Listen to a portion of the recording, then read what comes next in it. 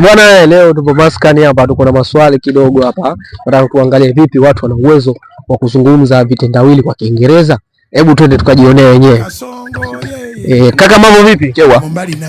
Kaka, niko na swali kidogo, naomba nikuulize. Bwana wangu unakuja na maswali tena. Aya, niulize swali gani hilo?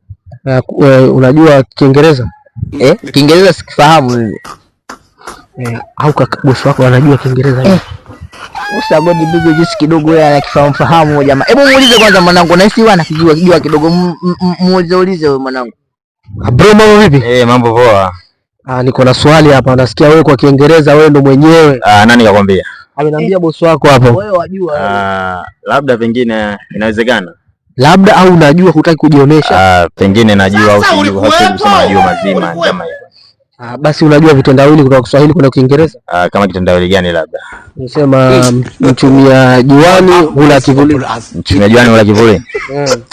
Hiyo nahisi kwamba a person who harvests in the shadow will eat in the sun.